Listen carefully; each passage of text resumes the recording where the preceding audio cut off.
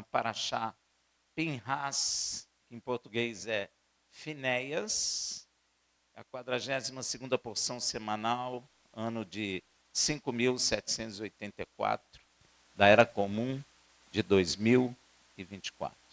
Essa Parashá vai de Números 25:10 a 29:40, a Haftará, 1 Reis, 18:46 a 19:21, e a porção Brit Hadashah, da Nova Aliança, da Aliança Renovada, Lucas 23:1 a 24:53. Amém? Bom, nessa porção, Yeshua já havia passado pelo julgamento dos judeus por meio do Sinédrio. Que as pessoas, às vezes, quando escutam falar das leis de Deus, elas geralmente dentro da igreja imaginam pessoas executando a lei de Deus, mas nós temos que entender que havia o Sinédrio, que é o Tribunal Superior Federal, né, o Superior Tribunal Federal em Israel. Era um tribunal, amém? E Deus exigia que tivesse o tribunal. E também Yeshua já tinha passado pelo Sinédrio e Yeshua também já havia sido julgado pelos gentios. Que gentios? Representado por Pôncio Pilatos, governador romano da Judéia, que lidava mais com as coisas políticas, os impostos e rebelião contra Roma. E passou também pelas mãos de Herodes o Grande, que na realidade, pasme, Herodes era um idumeu. Não sei se você sabe o que é um idumeu. Ele é descendente de Edom. Quem é Edom? Esaú. Então, quem estava em parte governando Israel era Esaú, não é? E cuidava das coisas mais religiosas da lei judaica. Inclusive, ele construiu o templo, não é? E o povo de Israel tinha um certo apreço por ele por causa disso. Inclusive, Pilatos e Herodes não acharam culpa nenhuma em Yeshua. Olha que coisa. Inclusive, Pilatos sugeriu apenas castigá-lo e soltá-lo, conforme está escrito lá em Lucas 23, de 13 a 16. Então, Pilatos convocou os principais sacerdotes, as autoridades e o povo e disse-lhes: apresentaste-me este homem como pervertor do povo, e eis que, interrogando-o diante de vós, não achei nele nenhuma culpa. Isso você talvez não preste tanta atenção, mas isso é muito importante, porque não foi achado nele culpa alguma de que os acusai, nem tampouco Herodes, pois nolo tornou a enviar, e eis que não tem feito ele coisa alguma digna de morte. Castigá-lo-ei, pois, e o soltarei. Se ele não é digno de morte, é porque ele não pecou. Amém? Porque o salário do pecado é a morte. Porém, Pilatos, por 3 vezes, declarou a inocência de Yeshua, para que seja testemunhado ao mundo que Yeshua é inocente e não digno de morte, pois ele nunca pecou. Mas, por fim, cedeu à vontade da maioria. Eu não sei se aconteceu isso com vocês, mas eu cresci ouvindo a voz do povo, é a voz de Deus, não é? A maioria é que tem razão, mas isso não é a verdade. Amém? Até a nossa política no mundo livre, que nós falamos, é baseado nisso, né? Na opinião da maioria, não é? A maioria sempre ganha. Mas a maioria aqui estava certa? Então nem sempre a maioria está certa. Tem que tomar cuidado com isso aí, viu? Ele cedeu à vontade da maioria, a política de que a escolha melhor é a escolha da maioria. Veja em Lucas 23, 18 a 25. Mas todos clamaram a uma, dizendo: fora com este, e solta-nos Barrabás. Ora, Barrabás fora lançado na prisão por causa de uma sedição feita na cidade e de um homicídio. Ele era um bandido praticamente. Mais uma vez, pois, falou-lhes Pilatos querendo soltar a Yeshua. Eles, porém, bradavam, dizendo: crucifica-o, crucifica-o. Falou-lhes então pela terceira vez, pois que mal fez ele? Não achei nele nenhuma culpa digna de morte. Ele é inocente. Castigá-lo-ei, pois, e o soltarei. Mas eles instavam com grandes brados, pedindo que fosse crucificado. Agora você imagina aquele povo todo gritando para você ser morto e você parado ali, tranquilo e em paz. Yeshua não se defendeu. Yeshua não gritou. Yeshua não blasfemou. Yeshua ficou quieto, sabedor dele, que o que aconteceria com ele era a morte. Porque se ele não morresse, aquele algoz, aquele povo todo seria condenado. É interessante, né? Por causa da morte dele, até os seus acusadores podem ser salvos. E ele sabia muito bem disso. Então, prevaleceram seus clamores. Então Pilatos resolveu atender-lhes o pedido e soltou-lhes o que fora lançado na prisão por causa de sedição e de homicídio, que era o que eles pediam, mas entregou Yeshua à vontade deles.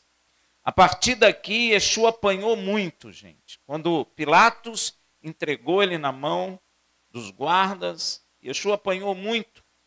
Cuspiram no rosto dele, zombaram dele. Depois colocaram uma cruz de madeira sobre suas costas que pesava mais ou menos uns 30 quilos, segundo eu pesquisei. E ele caminhou por uns 1.500 metros até a sua crucificação. Não sei se você pode imaginar Yeshua sem comer ou beber por praticamente uns 2 dias e mais, apanhando, debaixo de um calor estafante, porque a região é uma região quente e seca. Fraco, todo machucado, sangrando e carregando um peso de 30 quilos em suas costas. E em ruas cheias de pedras e pedregulhos. E mais, descalço. E uma coroa de espinho na cabeça. Uns 2 dias que durou. E ele caminhando todo machucado. Quando Yeshua sai da cidade, pois ele tinha que morrer fora dos portões da cidade, naquele estado, muitas coisas começaram a acontecer em torno da caminhada dolorosa de Yeshua. Inclusive surge um homem de nome Shimeon, ou em nossa língua nós falamos Simeão ou Simão.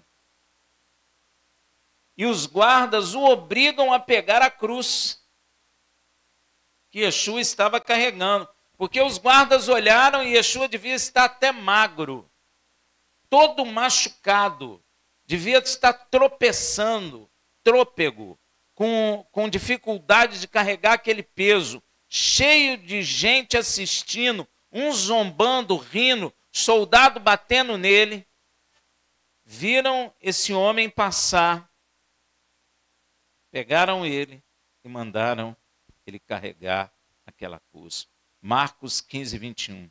E obrigaram certo Simão, Cirineu, pai de Alexandre e de Rufo, que por ali passava, vindo do campo, a carregar-lhe a cruz. A palavra de Deus ela é interessante, pois às vezes aparecem pessoas como se do nada. E parece que não tem nada a ver, mas Deus não fala nada à toa. Deus não gasta palavra, vamos por assim dizer. Deus não vai falar uma coisa que não tem nada a ver, que pode largar para lá, não. A palavra de Deus, tudo tem um sentido, tem um significado. Simão Cirineu é uma dessas pessoas que aparece de repente, ninguém conhecia ele. E ele aparece exatamente no momento em que Yeshua está no caminho da sua morte. E quando se lê na Bíblia Simão Cirineu, muitas pessoas imediatamente pensam que Cirineu era o sobrenome de Simão, porque nós estamos acostumados com sobrenome, não é? Mas naquela época não era assim. Na verdade, a tradução não é muito boa, não é? Cirineu não é o nome dele. A menção Cirineu é porque Simão era da cidade de Cirene. Então pode-se dizer com mais clareza nas traduções, Simão o Cirineu. Ou Simão de Cirene, por exemplo, que seria melhor. Simão era natural da cidade de Cirene, localizada na Líbia, hoje atual Tunísia, que fica na costa norte da África. Em Cirene, de onde veio Simão, viviam muitos judeus. Então podemos afirmar que Simão era um judeu africano. Olha aí, ó, que coisa interessante. Um judeu provavelmente de cor escura. Não sabemos dizer se Simão conhecia aquele rapaz que estava carregando aquela cruz. A gente não sabe se Simão tinha conhecimento de Yeshua. A gente sabe que ele estava passando ali na hora e os guardas pegaram ele. Mas com absoluta certeza de que Yeshua e o pai de Yeshua conheciam o coração de Simão. Eu tenho certeza disso. Não é à toa que ele passa ali naquela hora. E você vai ver que não é à toa, porque Deus não faz nada na terra à toa. Então, se aquele rapaz passou ali, Deus quer algo com ele. E você vai ver como Deus é tremendo. E o pai daquele rapaz carregando a cruz colocou Simão naquele dia, naquela hora, naquele minuto, naquele exato momento, para ter um encontro com seu filho. Talvez Simão seja o primeiro homem a cumprir uma palavra literalmente que Yeshua falou em Mateus 10, 38. Literal. E quem não toma sua cruz e não segue após mim, não é digno de mim. Ele é o primeiro. Literalmente a cruz foi colocada sobre as costas dele. Nada é à toa na Bíblia. Yeshua já tinha dito que se nós, para seguirmos ele, não pegarmos a cruz, e as pessoas pensam que quando Yeshua está falando isso, está falando do seu sofrimento, não é. Yeshua está falando do instrumento de morte. Porque a cruz é um instrumento para matar a carne. Então Cirineu cumpriu literalmente essa palavra. E quem não toma a sua cruz e não segue após mim, não é digno de mim. Também escrito, falado em Mateus 16, 24, 25. Então disse Yeshua aos seus discípulos, se alguém quer vir após mim, negue-se a si mesmo, tome a sua cruz e siga-me, pois quem quiser salvar a sua vida, perdê-la-á, mas quem perder a sua vida, por amor de mim, achá-la-á. Isso é tremendo, às vezes difícil de entender, porque quando fala em vida, Yeshua não está falando dessa vida carnal, Yeshua está falando da vida eterna, porque nós não fomos criados para morrermos, nós fomos criados para vivermos eternamente. E se eu defender essa vida pecaminosa que temos agora, eu vou perder a vida eterna. Mas se eu perder essa vida que eu tenho agora, por amor a Yeshua, eu receberei a vida eterna. Olha que coisa. Simão teve que negar a si mesmo, porque você imagina, o homem não tem nada a ver com aquele cenário daquele homem que apanhou 2 dias carregando aquela cruz com uma com uma coroa de espinho fincada na cabeça, com o rosto todo ensanguentado, machucado, ferido, praticamente nu, sendo um espetáculo para aquelas pessoas. Você imagina, você está vindo do seu trabalho, alguém te pega e te planta naquele cenário. O que você diria? O que eu tenho com isso? Nem sei quem é ele. Não é verdade? O que eu tenho com isso? Então, esse homem, Simão, foi colocado ali no meio daquele cenário, daquela zombaria, e foi colocado sobre as costas dele aquela cruz. Que coisa! Simão teve que negar então a si mesmo. Ele sofreu insultos. Você acha que aquele povo todo que estava ali não zombou dele? Você acha que aquele povo que estava zombando e rindo de Yeshua não começou a rir de Simão também? Então ele teve que negar a si mesmo, pois ele sofreu insulto, injúria, passou vergonha pública junto com o Filho de Deus. Olha que coisa! Ele se tornou companheiro de Yeshua, que foi tratado com desdém exatamente como está escrito em Hebreus 10, 33. Pois por um lado foste feitos espetáculo, tanto por vitupérios como por tribulações, e por outro vos tornastes companheiro dos que assim foram tratados. Ele é o primeiro companheiro de sofrimento de Yeshua. Porque nós temos que passar por vergonha, por vitupério, por amor ao nome do Filho de Deus. E ele é o primeiro a passar literalmente por isso. Que coisa!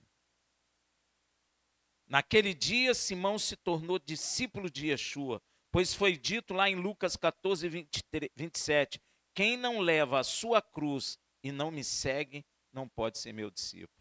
Ó. Poderia para todos aqueles homens, para todas aquelas mulheres zombando de Yeshua, aqueles homens carnais, olhar para Simão e zombar dele, mas Simão estava ganhando o maior presente que um homem poderia receber. Ele estava sendo colocado como amigo de sofrimento, de luta, de vitupério, de vergonha, junto com o Filho de Deus. Estava se tornando discípulo do Filho de Deus. Quem diria que Simão acordou aquele dia, não sei se ele foi no campo para trabalhar, e parece que é. Quem diria a ele que naquele dia ele estaria conduzindo uma cruz junto com o Filho de Deus? Gente, olha, os discípulos andaram com Yeshua durante 3 anos. Mas esse homem foi o primeiro a participar do sofrimento de Yeshua. Literalmente. Ele carregou a cruz. Sim, porque aquela cruz, na verdade, não era de Yeshua. Aquela cruz era de Simão também.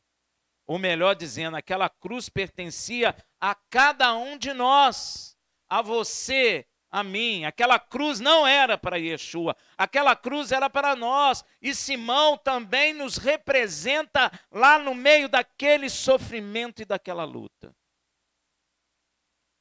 Aquela cruz é sua, meu irmão, é minha. Simão prefigura cada um de nós, pois devemos pegar a nossa cruz e seguir Yeshua. Para sermos dignos dele, ó. Simão, o primeiro homem a ser digno de Yeshua, nem foram os discípulos que andaram com ele. Foi Simão, e nos tornar seus discípulos. Na Bíblia não existe palavra inútil, meu irmão, pois é Deus falando. Você percebe que Simão tem uma família identificada por Deus. Olha só, ele é pai de Alexandre e Rufus. Por que Deus menciona o nome de seus filhos? Hein? Por quê? Por que tem que identificar? Porque antigamente identificava um homem pelo nome de seu pai. Mas a palavra aqui está falando de Simão, pai de Alexandre e Rufus. Deus está identificando quem é ele e mais, quem é a sua família. Você acha que é à toa essa identificação? Ela nem é normal nas Escrituras. Você já viu alguém ser identificado pelos filhos? Não, você é identificado pelo pai. Claro que não é à toa. Este encontro de Simão, de Cirene, com Yeshua, levou a salvação até a sua casa. Olha aí, depois que Yeshua morreu e ressuscitou e subiu aos céus, cumpriu a sua obra, muito depois que Yeshua converte Paulo, Deus usa a família de Simão Cirineu. Ó, quem pode imaginar uma coisa dessa? Os caminhos de Deus não são os caminhos dos homens. Amém? Veja lá em Romanos 16, 13. Saudai a Rufo. Ó, Paulo conheceu o Rufo, conheceu o Simão. Ó, saudai a Rufo, eleito no Senhor, e a sua mãe e minha. Paulo está chamando a esposa de Simão, mãe de Rufo, chamando ela de sua mãe. Nada que Deus faz é à toa.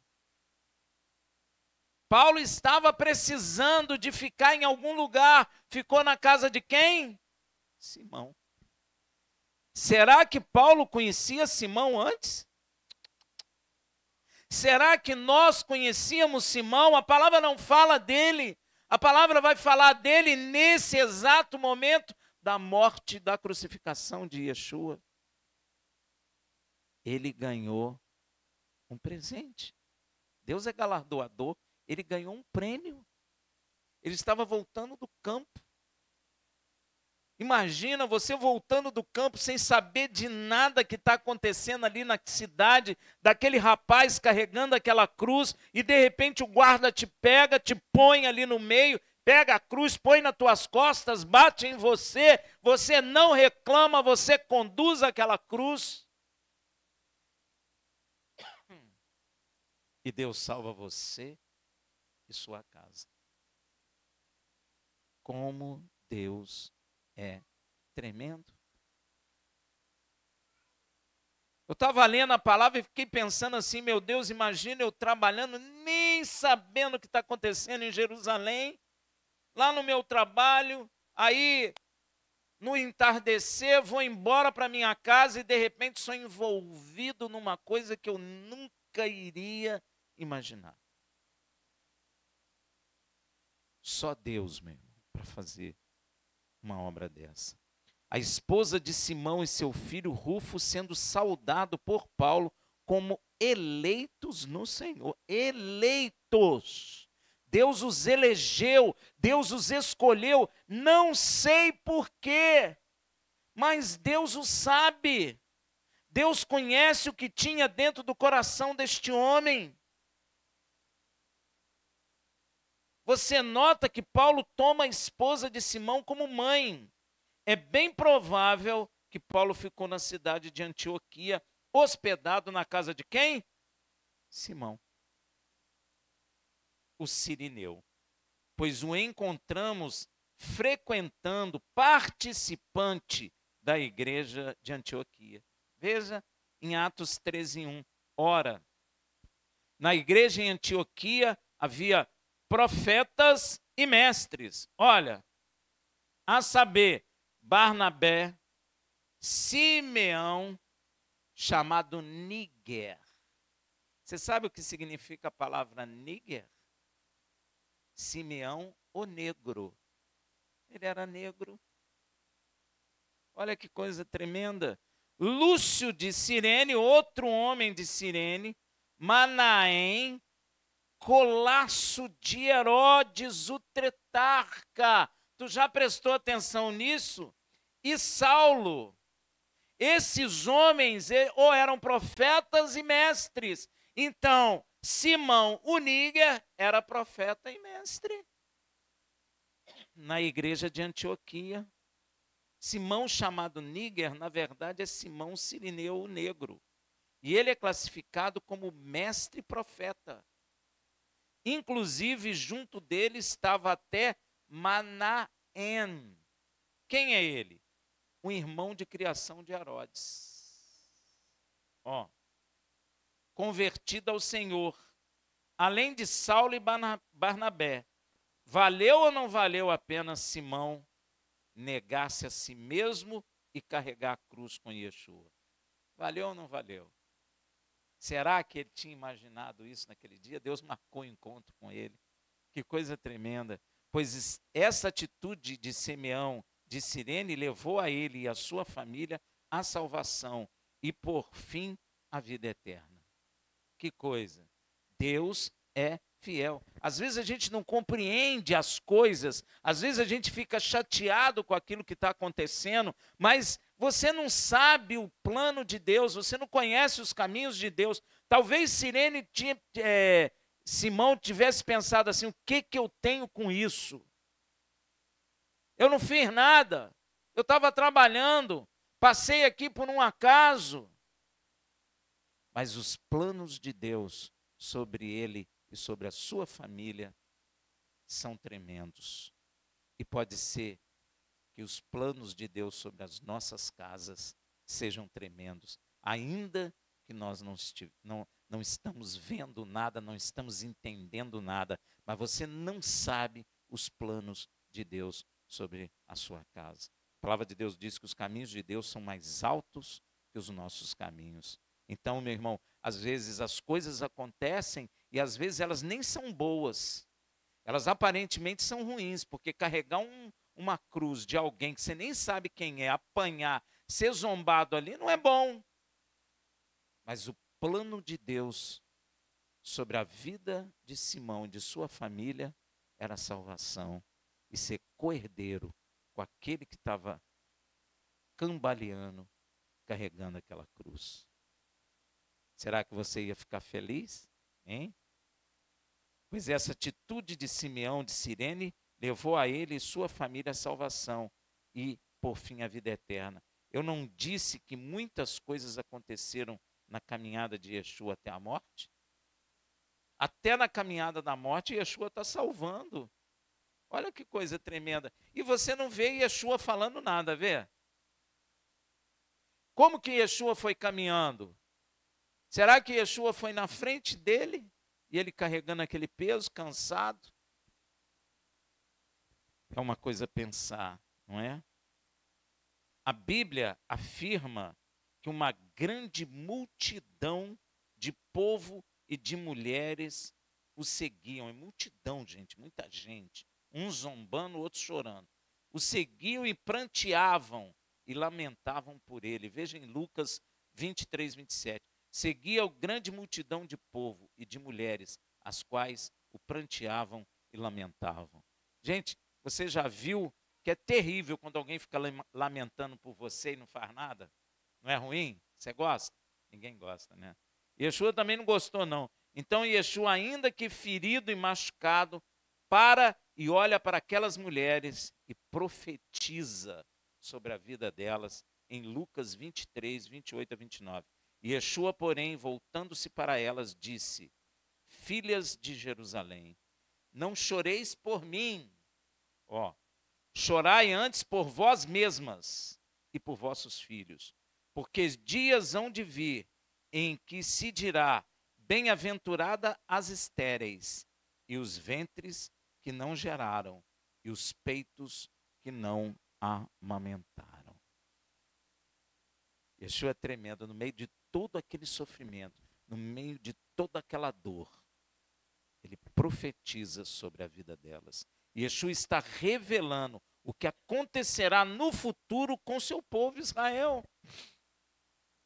Quando vier uma grande angústia sobre a terra, com isso virá também uma grande ira contra Israel. Veja em Lucas 21, 23. Ai das que estiverem grávidas e das que amamentarem naqueles dias, porque haverá grande angústia sobre a terra e ira contra este povo. Que povo? Israel. Que é a mesma coisa que Yeshua falou a seus discípulos sobre a grande tribulação em Mateus 24, 19 a 22. Veja, mas ai das que estiverem grávidas e das que amamentarem naqueles dias. São dias, ó. Orai para que a vossa fuga não suceda no inverno nem no Shabat. Porque haverá então uma grande tribulação, tão grande como nunca houve desde o princípio do mundo até agora, nem jamais haverá. E se aqueles dias não fossem abreviados, ninguém se salvaria. Ia morrer todo mundo. Mas por causa dos escolhidos, serão abreviados aqueles dias. Por causa de nós. Por causa de Simão, eleito, escolhido, por causa da família dele, por causa de nós, por causa de nossas famílias, Deus vai abreviar, porque senão não sobraria uma alma viva na terra, nem animal. Nem animal. Então, em meio à sua dor, Yeshua continua a falar em Lucas 23, 30. Então começarão a dizer aos montes: cai sobre nós, e aos outeiros: cobri-nos. Ó, dias estes que ocorrerão na terra sobre todas as nações, já anunciado por Deus por meio de seus profetas. Veja Isaías 2,19. Então os homens se meterão nas cavernas das rochas e nas covas da terra, por causa da presença espantosa do Senhor. O Senhor vai se deixar presente na terra. E com a presença dele, a gente não gosta de sentir a presença de Deus, só que nós somos salvos, mas a presença dele para o ímpio traz o quê? Medo e angústia. Ele vai deixar a sua presença cobrir a terra. Os homens vão fugir, vão querer se esconder nas cavernas, por causa da espantosa presença do Senhor e da glória da sua majestade, quando ele se levantar para assombrar a terra. Às vezes a gente pensa que é o diabo, né? Mas não vai ser, não. Não vai ser, não. É Deus mesmo que vai levantar. Inclusive, é neste dia de angústia sobre a terra que Deus julgará o seu povo. Veja em Oséias 10, 8. E os altos de Aven, pecado de Israel, serão destruídos. Ó, espinhos e cardos crescerão sobre os seus altares, e dirão aos montes: cobre-nos, e aos outeiros: cai sobre nós. Tanto Israel como todas as nações temerão a presença espantosa de Deus sobre a face da terra. Os únicos que não vão temer são os santos, que realmente estão na presença do Senhor. E o cumprimento desses dias serão revelados com muita clareza, com muita clareza em Apocalipse 6, 16 a 17. E diziam aos montes e aos rochedos: cai sobre nós e escondei-nos da face daquele que está sentado sobre o trono. Ele está sentado sobre o trono, mas ele vai deixar a sua presença ser sentida sobre a face da terra. E muitos fugirão. Porque quando ele se levantar, quem tiver em pecado não suportará a presença de Deus. E vão querer fugir. E vão clamar: cai sobre nós e escondei-nos da face daquele que está sentado sobre o trono e da ira de quem? Do Cordeiro. Cadê o Cordeiro Ripão Paz Amor? Hein? Que o pessoal fica falando aí. Porque é vindo o grande dia da ira deles, dos dois. E quem poderá subsistir? Estes dias serão tão terríveis, a angústia será tão forte sobre a terra, sobre todos os povos e nações, que os homens buscarão a morte, mas não vão encontrar. Não vão encontrar. Veja em Apocalipse 9,6. Naqueles dias os homens buscarão a morte, e de modo algum a acharão, e desejarão morrer, e a morte fugirá deles. Você já imaginou isso? Como que é uma pessoa correr atrás da morte? Você vai ver pessoa tentando suicídio, se jogando dos lugares, caindo e não morrendo. Sofrendo a dor e não morrendo. Pessoas desesperadas, se jogando de prédios altíssimos, de morro, se enfiando em cavernas, correndo para tudo quanto é lado e a morte fugindo deles. Você já imaginou isso? Hein? Te parece o quê, meu irmão? Deus tem domínio sobre morte, sobre vida. Ele vai tirar a morte, vai dizer, não, ele vai suicidar, mas não vai morrer. Ele vai se jogar daqui, mas não vai morrer. Porque ele está correndo da minha presença, do meu juízo, da minha ira e da ira do meu filho. E ele vai receber a ira do pai e do filho. Não vai ter como fugir. Você já imaginou a angústia? Deus tirará a morte para que os povos sofram o juízo na sua extensão completa. Ele não terá misericórdia. Será com toda a força. E pior, dele e de seu filho. E Yeshua, continuando seu discurso, fala uma coisa muito importante em Lucas 23:31. Porque se isto se faz no lenho verde, o que se fará no seco? Quem que é o lenho verde? É ele? Não, aqui é ele. Olha o que está se fazendo com lenho verde. Se faz isso com lenho verde, então o que dirá com o seco? O seco é aquele que não recebeu a verdade, é aquele que receberá a potência do juízo de Deus sobre suas cabeças. Será uma dor muito grande. Talvez nós não tenhamos nem consciência do que seja isso. Da potência desse juízo. Sabe por quê? Porque aqueles que creram, o juízo foi sobre Yeshua, e Yeshua suportou o juízo, e Yeshua, por amor a nós, recebeu o juízo, morreu, mas ressuscitou, porque ele não tinha culpa. Mas aquele que não aceitou o sacrifício dele, o juízo de Deus e do Cordeiro será potente, sem nenhuma misericórdia. Lenho seco é o ímpio, o incrédulo, o pecador. Veja em Provérbios 11:31. Eis que o justo é castigado na terra, quanto mais o ímpio e pecador.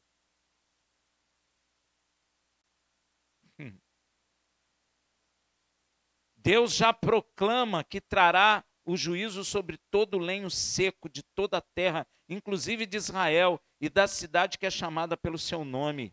Veja em Jeremias 25, de 29 a 31. Pois eis que sobre a cidade que se chama pelo meu nome. Qual é a cidade que se chama pelo nome dele? Diz aí. Jerusalém. Ó, eu começo a trazer a calamidade. Começa lá. E a vez vós de ficar totalmente impunes? Vou começar lá, mas vocês acham que os outros ficarão impunes?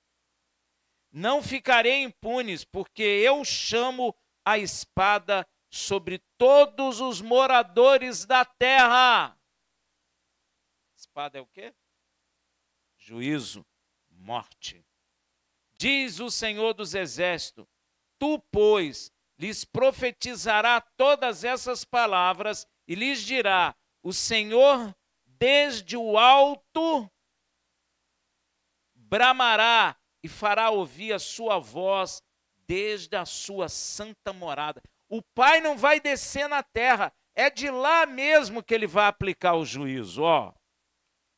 Bramirá fortemente contra a sua habitação, dará brados como os que pisam as uvas, contra todos os moradores da terra.